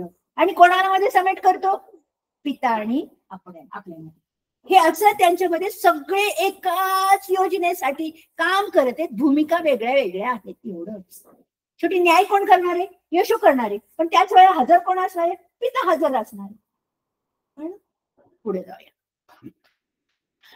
मग मंडळीसाठी तो तिला घेऊन जायला अंतराळात येणार आहे, तेव्हा तो गौरवाने येणार. पुन्हा मंडळीला घेऊन तो पृथ्वीवर परत येणार. मंडळीला आधी घेऊन जाणार वधू म्हणून, तिथे त्यांचा वेगळा. आता पुढे बघा काय केलं. येशू मानवाचा 3 प्रकारे न्याय करणार. वचनात दिले त्याप्रमाणे. विश्वासियांचा स्वतंत्र न्याय करण, त्याचा अविश्वासियांबरोबर न्याय करणार नाही. त्यांना प्रतिफळासाठी त्यांचा न्याय करत, त्यांना न्याय करून शिक्षेला नाही पाठवणार, त्यांना न्याय करून प्रतिफळ देणार. त्यांची कामं जी पसंत नाही पडली ती सगळी जळून खाक होणार, असा तो न्याय असणार. तो दिलेला 1 कोरिन्थी 3 मध्ये. महान संकट काळ संपल्यावर जगात जे जिवंत आहेत त्याचा गौरवी राज्यासाठी 1000 वर्षाच्या राज्यात प्रवेश होण्याकरता त्यांचा वेगळा न्याय होणार. त्यावेळेला काही लोक उठवले जातील. कोण? जे महान संकटाच्या काळात जे मरण पावले विश्वासी ते उठतील, त्यांचं पुनरुत्थान होईल. आणि ते आणि हे जगातले जे जगतायत ते लोक, येशू त्यांचा सगळ्यांना एकत्र करून न्याय करत. त्याच्यातले विश्वासणारे जे आहेत त्यांना मेंढर म्हटलेलं आहे, आणि जे अविश्वासणारे आहेत त्यांना शिरड म्हटलेलं आहे. आणि त्यांना मग 1000 वर्षाच्या राज्यात घेणार, हा तो न्याय. मग अविश्वासियांचं 1000 वर्षाचं राज्य संपल्यावर अविश्वासणाऱ्यांचा न्याय होईल. पांढऱ्या न्यायासनावर सगळेजण बसतील आणि पांढऱ्या न्यायासनावर येशू बसेल आणि सर्व अविश्वासी वेगळे उठवले जातील आणि त्यांचा सगळ्यांचा वेगळा न्याय. कुठल्याच विश्वासियाचा त्यांच्यासमोर. येशूची भूमिका. देव मानव आहे, यांचा तो देव आणि मानव, देव मानव असल्यामुळे त्यांचा तो मध्यस्थ आहे. मंडळीचं मस्तक आहे. विश्वाचा राजा आहे. दाविदाच्या सिंहासनावर बसून तो 1000 वर्ष राज्य करणार आहे. आणि अंतिम तो न्यायाधीश आहे आणि विश्वास न ठेवणाऱ्यांचा तो न्याय करणार. या त्याच्यात एवढ्या भूमिका आहेत, एवढ्या गोष्टीचं. आता देवत्रेकत्वातली 3री व्यक्ती पवित्र आत्मा. तो दैवी व्यक्ती आहे, सार्वकालिक आहे, देवत्व पूर्णपणाने, ज्ञानाने, बुद्धीने धारण करणारा आहे. त्याचे हे सर्व वचन मी इथे दिलेले. त्याच्यात काही गोष्टी मी कंसात घातल्या, ह्याच्यात अवतरण चिन्ह दिलं, कारण त्या वचनातून घेतलेलं वर्णन जे ते मी इथं वाचते, म्हणजे हेच तुम्हाला त्या वचनात सांगते. सर्व गोष्टींचा देव गहन शोध घेणारा आणि गहन गोष्टींचा शोध घेणारा, मनुष्याच्या ठाई वसणारा, मनुष्याच्या गोष्टी ओळखणारा, देवाच्या गोष्टी ओळखणारा, देवापासून येणारा पवित्र आत्मा देवानं आपल्याला त्याच्या कृपेनं दिलाय. त्याला भावना आहेत, म्हणजे तो खिन्न होऊ शकतो, तो आपल्यासाठी प्रार्थना करू शकतो, तो आपल्यासाठी विनंती करू, आपल्या मधून विनंती करू शकतो, आपल्याला शिकवतो, आपल्याला आठवण देतो. ही सगळी कामं करणारी ती व्यक्ती आहे. ही व्यक्ती एकेकाच्या जीवनात कशी काम करते त्याचं वर्णन मी सांगते. तो आत्मिक दान देतो तारण झाल्यानंतर, आणि तो सार्वकालिक आहे. तो युगारंभापूर्वी होता. जुन्या करारात पित्याबरोबर पवित्र देवदूत म्हणून जो येशू यायचा त्याच्याबरोबर पवित्र आत्मा म्हणून काम करत होता. आत्म्याद्वारे जुन्या करारातही होता. तो निर्मितीतही हजर आहे, तो आत्ताही हजर आहे. आपल्यामध्ये राहून आपल्या जीवनात काम करणारा पवित्र आत्मा ही देवत्वाची 3री व्यक्ती आहे. त्याला काम दिले, ते आपण बघू काय काम करतो. तो सर्वज्ञ आहे, त्याच्यामध्ये गुण कोणते? तो पण सर्वज्ञ आहे, तो पण परिपूर्ण आहे, आणि तो पण आनंद, संपूर्ण विपुल शांतीच्या आशेनं भरलेला आहे. तो आनंद देतो, शांती देतो, तसा भरलेला आहे. शांतीचा आत्मा, आनंदाचा आत्मा असं म्हटलंय. हे सर्व येशू करतो, पिता करतो. हे आपण जुन्या करारातही पाहतो. त्यांनी जे केलं तेच आत्मा आपल्या जीवनात आताही करतो. तोही तसाच तितक्याच महत्वाचा देव आहे. कोणी ह्याच्यात कमी नाही. पिता खूप हाय आहे, येशू खूप खाली आहे, पवित्र आत्मा तर कोणीच नाही असं काही नाही. किंवा पवित्र आत्माच खूप आहे कारण तो खूप काय काय करतो आमच्यासाठी, असं काय केलं त्याच बोलतात. म्हणून तुम्ही हे केलं पाहिजे, तुम्हाला हे दिसलं पाहिजे, असं त्यालाच महत्व देतात. मग येशू राहिला बाजूला आणि त्यांनी काय केलं त्याचा विचारच नाही करत, असं विचार करणारे लोक आहेत. असं काही नाही. तिघांचा तुम्ही आपल्या जीवनात काय काम चाललंय ते विचार करणं अत्यावश्यक आहे. त्याच्या ठाई पित्याचे, पुत्राचे सर्व गुण आहेत. मग तो बाप्तिस्मात त्याचं नाव आहे. बाप्तिस्मा देताना पवित्र आत्म्याचं नाव पिता, पुत्र, पवित्र आत्मा याच्या नावाने, यांच्या नावाने नाही. याच्या एकच नाव, म्हणजे कोण? यहोवा देव, मी आहे देव. त्या तिघात त्यांचं नाव आहे ते पवित्र आत्म्याचं. पिता पुत्र आणि पवित्राच्या नावात मी तुझा बाप्तिस्मा करतो असं म्हटलं. पवित्र आत्म्याशी लबाडी म्हणजे देवाशी लबाडी असं कोण म्हणतो? पेत्र म्हणतो. कोणाला? हनन्या सफीराचं पाप झालं तर तुम्ही जर पित्याशी लबाडी केली म्हणजे तुम्ही आत्म्याशी पण केली, तुम्ही पुत्राच्याही विरुद्ध. जे काही पाप कराल ते फक्त पित्याविरुद्ध नाही, फक्त देवाविरुद्ध नाही, तर हे त्रेच देवाविरुद्ध तुम्ही पाप करा असं तिथं म्हटलेलं आहे. मग वचन बोलतं म्हणजे पवित्र आत्मा बोलतो याचा पण पुरावा मी दिला. आपण वचन बोलतो म्हणजे देव बोलतो, वचन बोलतो म्हणजेच पवित्र आत्मा, त्याच्यात पवित्र आत्मा भरले हे पण आपण वाचलं. झाला हा अभ्यास आपला. मग सर्वात कार्य करणारा देव एकच. आशीर्वादात पवित्र आत्म्याचं पण नाव येतं. आता शांतीचा देव आणि कृपेचा देव आणि शांतीचा देव आणि काय आत्मा कसला म्हटलेले तीन, असं नाही का? ते आशीर्वाद वाचतात पाळत साहेब दरवेळेस झाल्या. आता देवाची कृपा आणि पवित्र आत्म्याची शांती आणि प्रभू येशू ख्रिस्ताची कृपा तुम्हा बरोबर सदा सर्व काळ असतो असं म्हटलंय ना. तिघांच्या नावात आशीर्वाद असतो, त्याला गाळलेले नाही, समसमान आहेत तिघं पण, हे लक्षात ठेवा. मग करार करतो तेव्हा पण देव पवित्र आत्मा त्याची साक्ष देणार आहे कराराची. करार करतो देव, येशू तो पूर्ण करतो, पवित्र आत्मा त्याची साक्ष देतो. असं हे एकमेकावर अवलंबून असणारं काम जे आहे ते तुम्हाला इथे दिसेल. त्याची वचनं मी इथे दिली. देवाची महान दैवी इच्छा आणि योजना जी संपूर्ण मानवजाती संदर्भात आहे तारणाची, ती पवित्र आत्मा आपल्या ठाई अंमलात आणतो. निर्मितीत तो पण ती त्याची इच्छा अंमलात आणतो.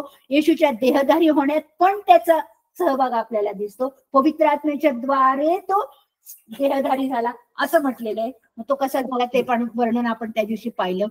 आणि परत अभ्यास करताना आपण आणखी पण परत पाहणार.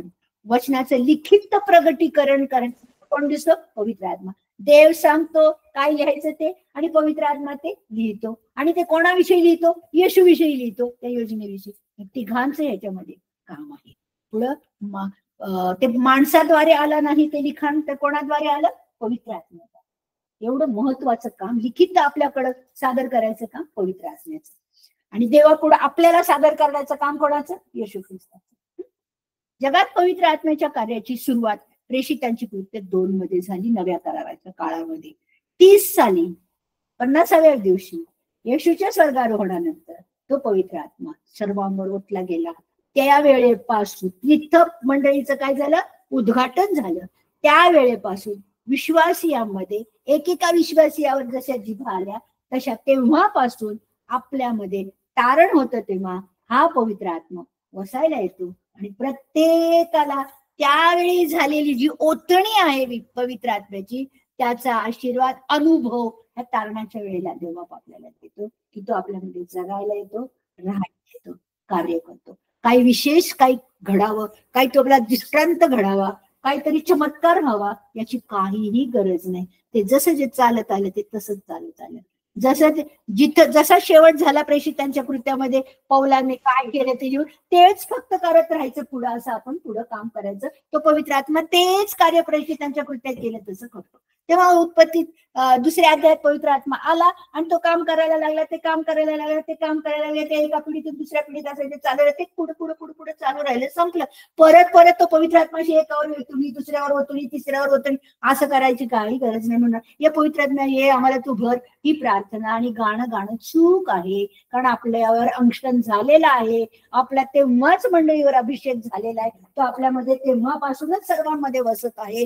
तारणाच्या वेळेला आपण तो अनुभव घेतो आणि रोजच्या जीवनात आपण त्याचा अनुभव घेतो वचनातून आणि रोजच्या जगण्यात मदत करतो आपल्याला पापावर विजय मिळाला, त्याच्यात आपण या सगळ्या गोष्टींचा अनुभव घेतो. ख्रिस्तानं अभिवचन दिलं, देवपित्याने त्याला पाठवलं, पित्यानं पाठवलं आणि येशूने प्रार्थना केली.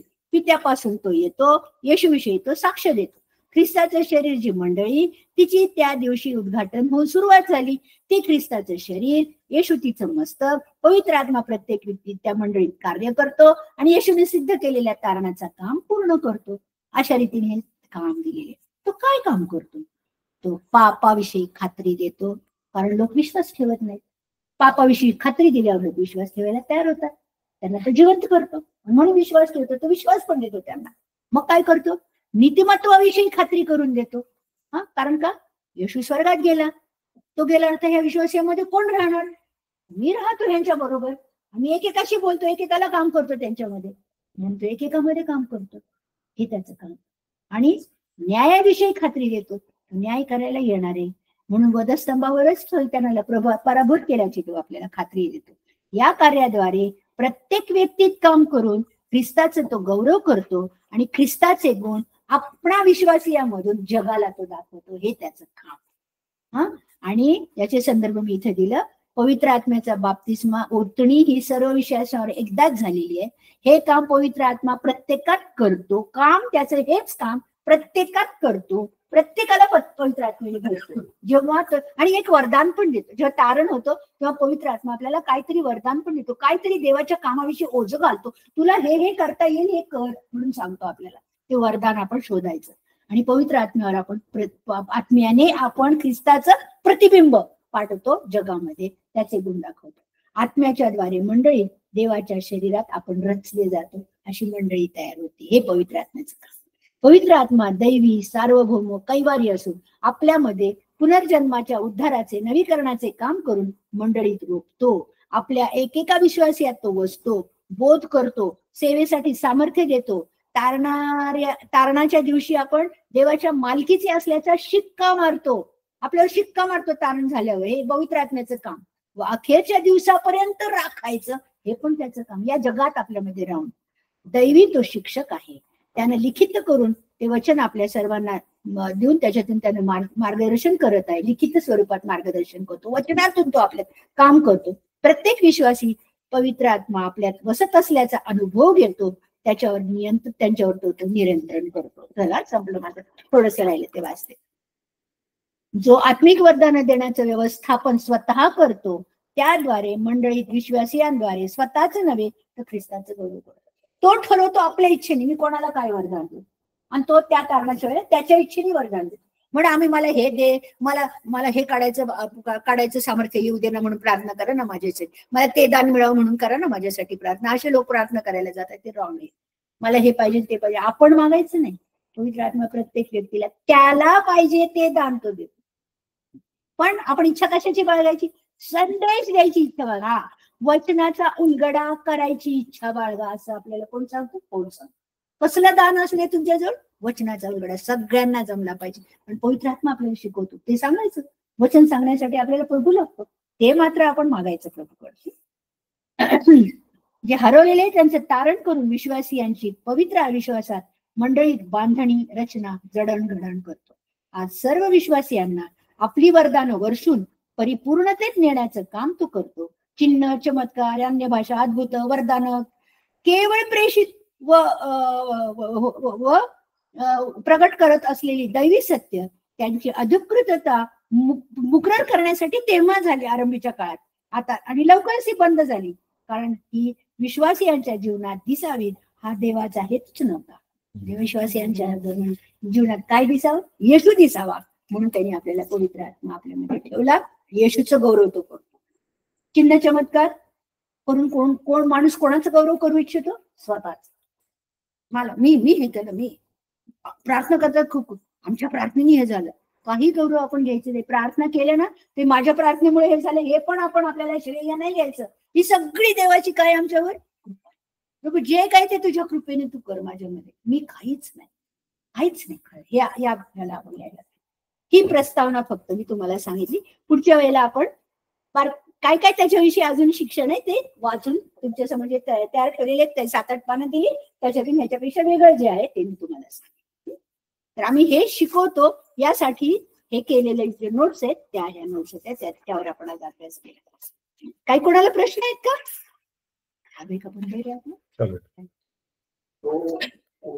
म्हणजे काय झालं?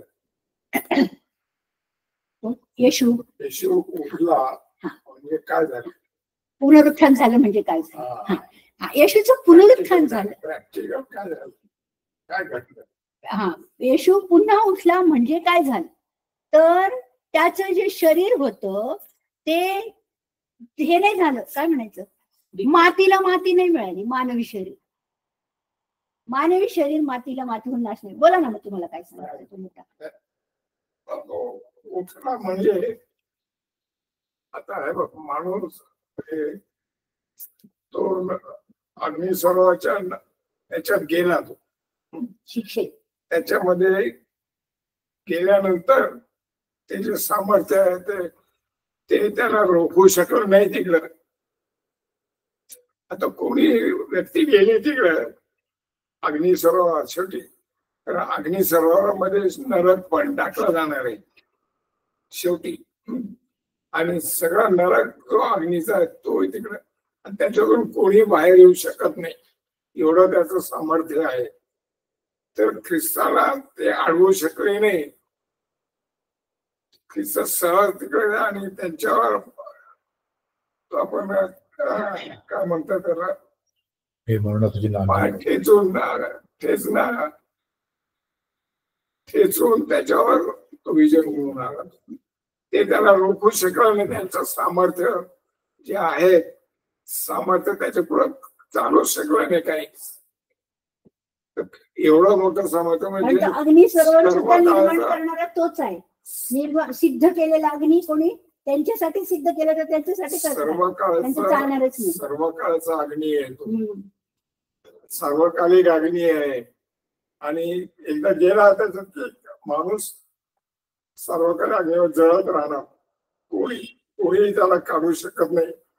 परंतु ख्रिस्त गेला तेव्हा ते त्याला तिकडे रोखू शकले नाही की आता सार्वकालिक अग्नीमध्ये राहणार. सार्वकालिक अग्नीत नाही, ते अथांग डोहात होते, ते अथांग डोहात होते, सार्वकालिक अग्नीच नव्हते. त्यांना नंतर टाकलं जाणार आहे त्याच्यात, ते अथांग डोहात होते. तर आता नरकामध्ये गेल्याचं म्हणतो आपण, नरकात होते, नरकात यातनाच आहे तिथं. त्या नरकामध्ये त्याला कोणी ते सामर्थ्य रोखू शकलं नाही त्याला. तर त्यांच्या नांगी ठेचून तो पाहिला त्याच्या स्वतःच्या सामर्थ्याने. मी पुनरुत्थानाची घोषणा केली, म्हणजे ते तो अधोलोकात गेला ना, आणि तिथे जाऊन त्या आत्म्यानं सांगी घोषणा केली ना, तर त्या अधोलोकात तर काय यातना आहेत ना, ते म्हणतात यातना असून सुद्धा तो बाहेर येऊ शकला, पण ते काहीच करू शकले नाही. ते त्यांना ते पण नाही करता आलं. नरकावर पण त्याचं काय सामर्थ्य त्याच्यातून हे त्यांना सामर्थ्य म्हणजे काय, त्याच्या पुढे हे यांचं सामर्थ्य काहीच नाही. त्याची नांगी ठेचून तो बाहेर आला, हे झालं त्याच्यामध्ये, ते महत्वाचं आहे. आणि त्याच्यामुळं आपण अग्नीची सगळी शिक्षा पण नाही आपल्याला. बरं, त्याच्यामुळे दोन मत आहेत. आता आपलं हे काय त्यांचं काय मत माहित नाही मला. कॉमेंटेड तुम्ही वाचता जॉन मकार्टर काय की तो गेला काय का, त्याच्यात दोन मत आहेत. पुष्कळ जण म्हणतात की तो तिकडे गेला नाही, ते गेलं म्हणतात, घोषणा केली म्हणतात, सुवार्थ नाही सांगली, घोषणा केली, विजयाची घोषणा केली. दोन मत आहेत त्याच्यामध्ये, कॉमेंट्रीज मध्ये सुद्धा. तो तिकडे गेला नाही, त्यांनी दुःख भोगलं, नरकाच्या यातना इकडंच त्याने भोगल्या, त्याला ठेचलं वगैरे, असं काही जणांचं म्हणणं आहे. काही कॉमेंटेटर्स म्हणतात की तो गेला तिथे आणि ते त्याला रोखू शकले नाही, त्याला एवढं त्याचं सामर्थ्य. तर त्याच्यामध्ये हे महत्वाचं आहे की तो गेला तिथे, आणि आपल्याला ज्या यातना भोगणं होतो त्या यातना त्यांनी भोगल्या तिथे, आणि भोगल्या, आणि तो तिथं राहू शकला नाही, म्हणजे त्याला ते अडवू शकले नाही. त्याच्या सामर्थ्याने तो ठेचून नांगे घेतून तो आला पाहिजे. हे झालं, ते महत्वाचं आहे ते सांगायला. अग्नीचं जे वचन काढलं करंतिकरास 15 मध्ये, मरण विजयात ग्रासले गेले आहे. हे दुसरं मरण, ते पण विजयात ग्रासले गेले, म्हणजे ते पण येशूनी विजय मिळवून बाहेर आला, घोषणा करून बाहेर आला, काय मी आलो, जिंकलो मी, झालं. आणि मग बाहेर आला कशातून, कबरेतून. आता त्याच्याविषयी पण आहे, तो बाहेर कसा आला आपण करणार आहे पुढे अभ्यास. आता हे आलं म्हणून सांगते. कोण म्हणतं की काय, कबरेची धोंड उघडली ना, तर म्हणे येशूनी बाहेर यावं म्हणून उघडली. किती चुकीचं बोलतात जेव्हा संदेश येतात पुनरुत्थानाचा. येशूनी बाहेर यावं म्हणून कबरेचा धोंड काढायची काही दूताला यायची गरज आहे का? तो दूत यायच्या आधीच येशू उठला होता, त्याच्यातून बाहेर आला होता, कारण त्याचं पुनरुत्थित सामर्थ्य तो देव आहे. त्याला काय गरज आहे, तो भिंतीतून पण शिष्याला भेटून गेला ना. मग कबरीतून बाहेर नाही त्याला काय कठीण होतं? त्याच्यासाठी नाही शिष्य आले. शिष्य येशू उठला ही बातमी सांगायला आले आणि लोकांना कळालंच नाही. रिकामी कबर पहा हे सांगायला आले. माणूस विश्वास ठेवतो देवदूत त्याच्यामध्ये, तो मरणातून पार गेलेला पण म्हणतो नाही का. जेव्हा विश्वास ठेवला तेव्हाच आपलं तारण झालेलं आहे असं आहे म्हटलेलं आहे. त्याचा अर्थ काय आहे म्हटलं म्हणजे आपण पाप करत नाही तारण झाल्याचं असं नाही होत. त्याचा याच्यासाठी म्हटलं की आता मरणावर तुम्हाला तिकड, कारण जेव्हा माणूस मरतो आपल्या देहातून जातो त्या दोनच ठिकाणी, एक तर नरक आणि दुसरं सुखलोक, अधोलोक आणि सुखलोक. तर ज्याचं तारण झालं तो सुखलोकात जातात, परंतु तारण झाला नाही ते नरकात गेले, अधोलोकात गेले की तिथंच ते राहतात आणि मग सार्वकालिक जीवन अग्निसर्व असेल तर तिथं आपल्याला जावंच लागणार नाही आपल्याला. तो विश्वास आहे. कारण का ख्रिस्त ऑलरेडी गेला आपल्यासाठी, त्यांनी भोगलं, आपल्यासाठी त्यांनी भोगला यातना, म्हणून आता आपल्याला जायचं नाही. आणि तो त्या चोराला म्हणा आज तू माझ्याबरोबर सुखलोकात असते, म्हणून त्या मरणातून आपण पार गेलेले आहोत. कारण का आता तो तिकडं भोगला त्याने, त्या यातना भोगल्या त्यांनी आणि भोगल्यानंतर मग तो भोगतच राहणार नाही सर्व काळ. तर त्यांच्या विजय मिळून नांगे ठेचून तो आला, कारण त्यांचं सामर्थ्य याच्या पुढे काहीच नाही येशू ख्रिस्ताच्या पुढे. हा महत्वाचा मुद्दा त्याच्यामुळे सांगायलाच लागेल प्रत्येक वेळेला. कारण जेव्हा विश्वास मरतो त्याला घाबरायचं नाही आता की आता आम्ही तिकडे जाणार. हा ती भीती असते ना, कारण आपल्याला तिकडे जायचं होणारच नाही. तर आपण ऑलरेडी ख्रिस्ताने भोगलेलं आहे आणि शेवटचा न्याय होईल तेव्हा ख्रिस्त त्याचं सांगा की मी याचं न्याय करेल, पुस्तकं उघडले जाते वगैरे नाही का, मी याच्यासाठी प्राण दिलेला आहे. कारण त्याच्यामुळे झालेलं ना. आणि मग त्याला शेरडे आणि मेंढरे नाही का तो दाखला.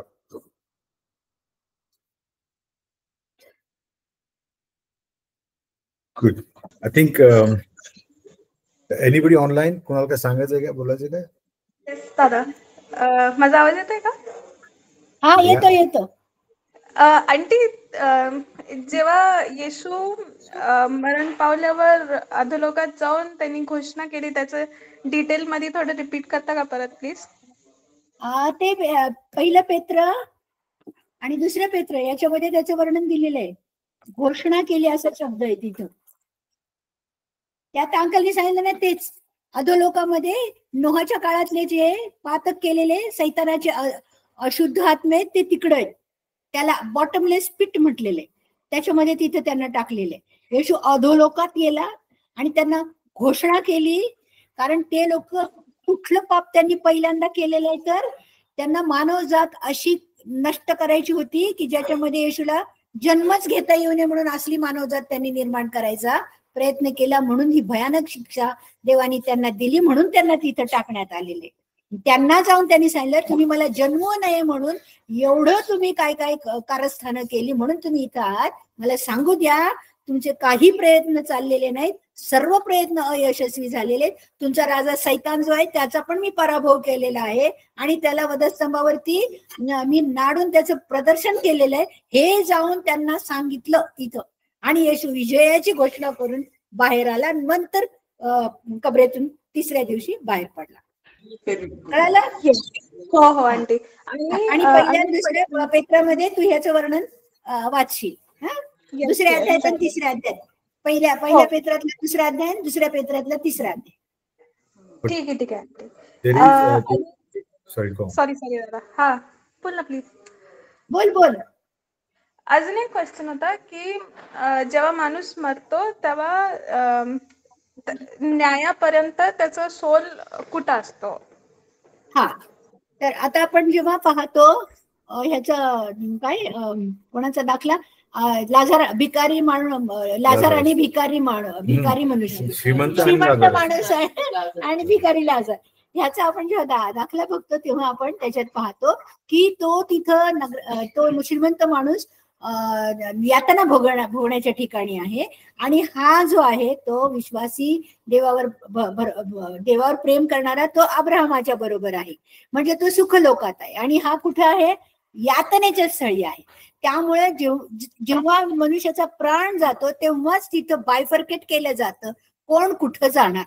हा यातनेच्या स्थळी जातो आणि तो देवाच्या सान्निध्यात जातो, म्हणजे सुखलोकात जातो, आणि ह्याची जागा नरकामध्येच आहे, कारण तीच यातनेची जागा आहे. कारण नरक पुढं काढून कुठं घातला जाणार आहे?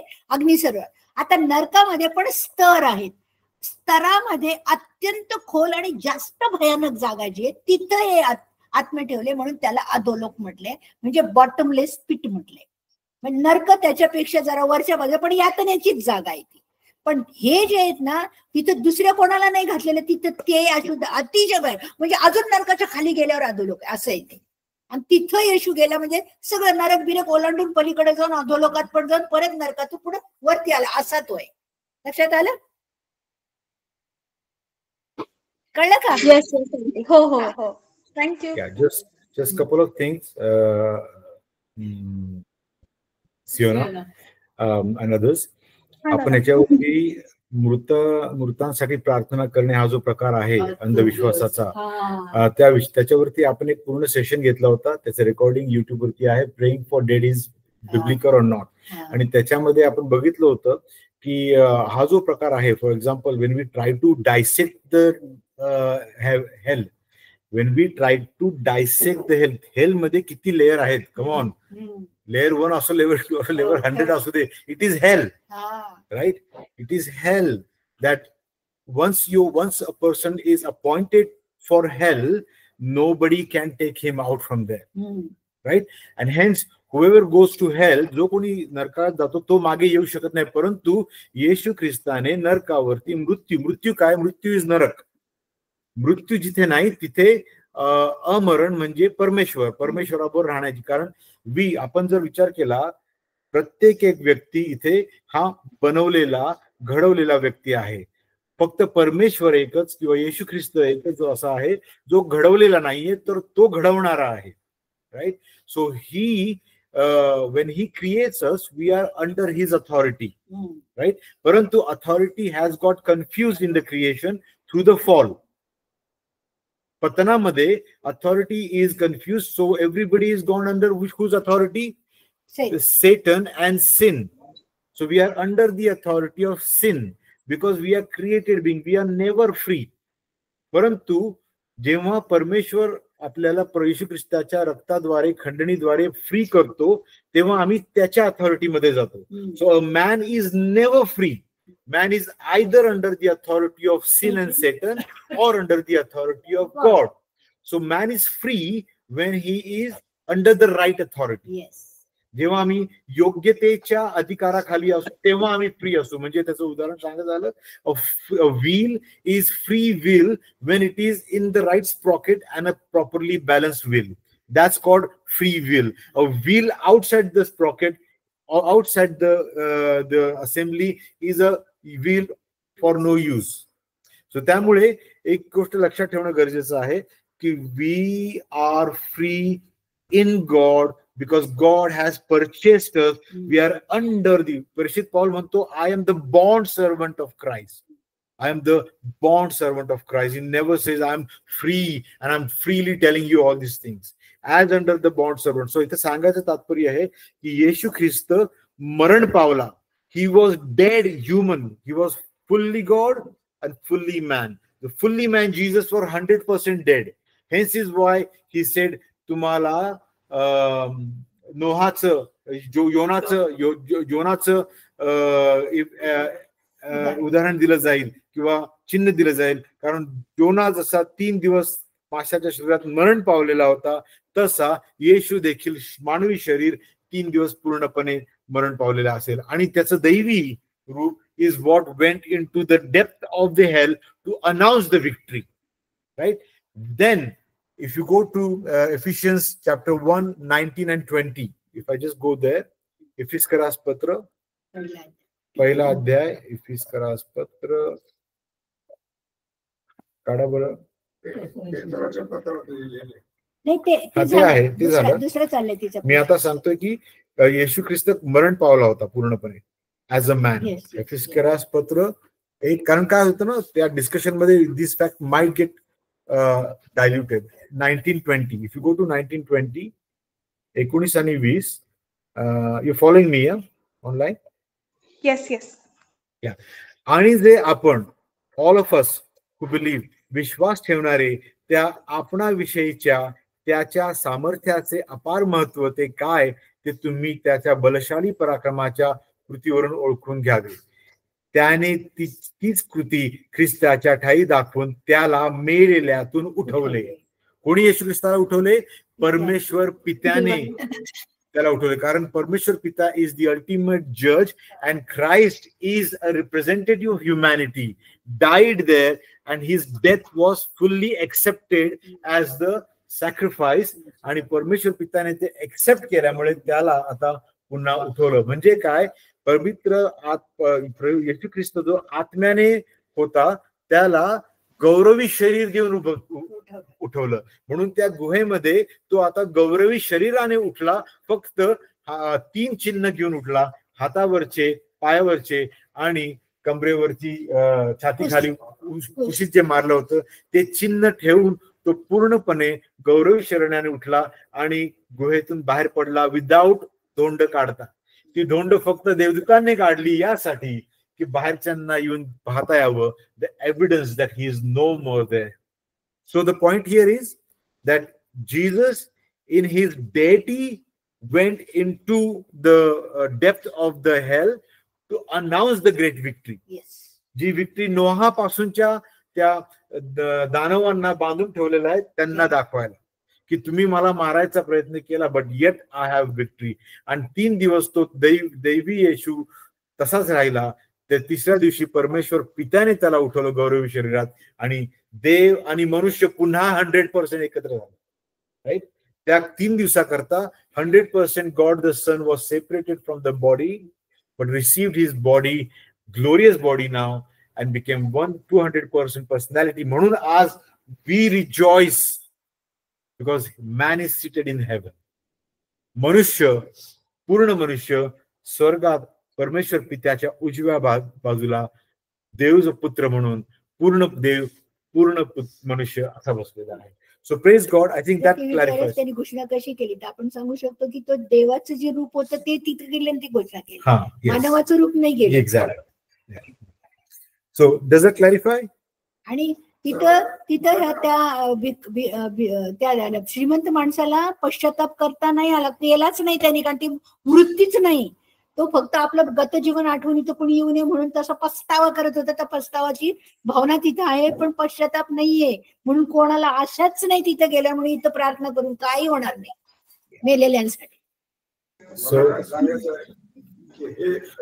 सांगताना एक गोष्ट, तो उठला म्हणजे काय, त्याचं सामर्थ्याने तो नांगी ठेचून ते त्याला रोखू शकलं नाही. सामर्थ्य गेलं खलास, कोणी रोखू शकलं नव्हतं. आणि जेव्हा त्याच्यामुळे माणूस जेव्हा मरतो विश्वासी, तो मरणातून पार गेलेला आहे म्हटलेलं आहे, तो तिकडे जातच नाही. त्याच्यामुळे काय, जे आपला मेल्यानंतर विश्वासाने मेल्यानंतर प्रभूच्या दूत आहेत त्याचा आत्मा घेऊन ते सुख लोकात जातात. कारण त्याचा देह इथं मातीला माती मिळतो, देह इथं मातीला माती मिळतो आणि आत्मा अमर आहे, तो देवापा बरोबर अमर राहतो. आणि मग आपले शरीर आहे ते मात्र तोच आत्मा घालून तर आपले शरीर गौरवी करून उठवणार, हे उठवणार आपल्याला. But yeah, I think Siona, just as a reminder,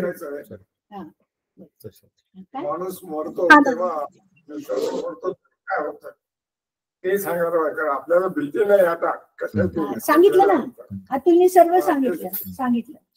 so please as a reminder, I will put हिची लिंक पाठवेल मी, एकदा पुन्हा ऐका. त्याच्यामध्ये तो दाखला जो येशू ख्रिस्ताने सांगितला, श्रीमंत माणूस आणि लाजार भिकारी, ह्याच्याबद्दल तो दाखला यूज करून आपला हा सेशन झाला होता.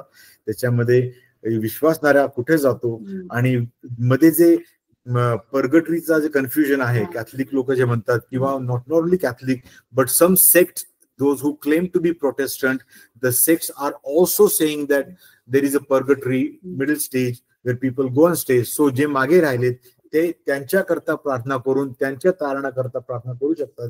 How wrong it is, we have studied it, so please remind yourself when we that recording. Yes, Father. Thank you. Any other question? प्रार्थना करतात नाही, प्रत्यक्षात बाप्तिस्मा पण देतात. असं एक वचन पण आहे. महत्वाचं आहे. म्हणजे जर त्यांचा बाप्तिस्मा झाला नसेल तर ते स्वतः त्यांच्या कारणाचा बाप्तिस्मा पण घेतात. आणि कुठेतरी एक वचन आहे जे प्रेषित पाऊल म्हणतात की तर मग त्यांचं काय, जे मेलेल्यांकरता बाप्तिस्मा घेतात. म्हणजे देयर इज अ वचन, ते वचन एका वेगळ्या कॉन्टेक्स्ट मध्ये बोललं गेलेलं आहे, परंतु तसं वापरून लोक म्हणतात लोक घेतात की बाप्तिस्मा. सांगायला पाहिजे. आणि पुढं तुम्ही घ्याल तेव्हा मरणातून पार दिलेला हे सांगायला पाहिजे तुम्ही. आणि तो कसा तिकडं रोखू शकला नाही त्याला, ख्रिस्ताला, त्याच्यातून नांगे ठेचून बाहेर आला. या घटना म्हणजे काय, या प्रॅक्टिकल स्टेजेस आहेत त्या सांगायला पाहिजे.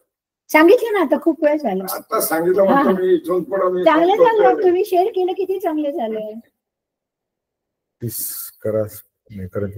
Okay, any other question? आज वेळेत सुरू झाल्यामुळे प्रश्न विचारायची हिंमत होते, नाहीतर नाही झालं, उशीर झाले, आज फ्लड झालं. आपण उशीर बसलो. Okay, I think we're done. It would be nice to sing a song, but I think गाणं ते जे ना ते गाणं आहे का, simply how great the Father's love for us.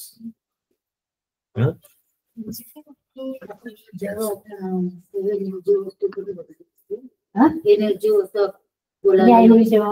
ते आपण साक्षी घेऊन बोलायला लागते. धूळ नाटकायला लावले ना, ते नंतर आपण अभ्यास करू, सगळा अभ्यास येतो वेगळा. आपण जरा आता प्रश्न विचारले म्हणून उत्तरं दिली, नाही तर त्या सगळ्यावर आपला पुढे अभ्यास होणार आहे. अजिबात.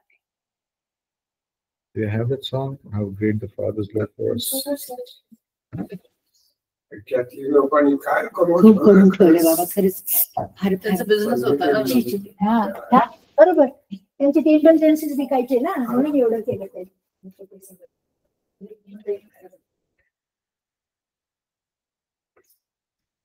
How did the Father's love for us? Let's sing this song and we will close. Yeah, and Priya, if you could pray after that. How deep the Father's love for us. This is screen, you know.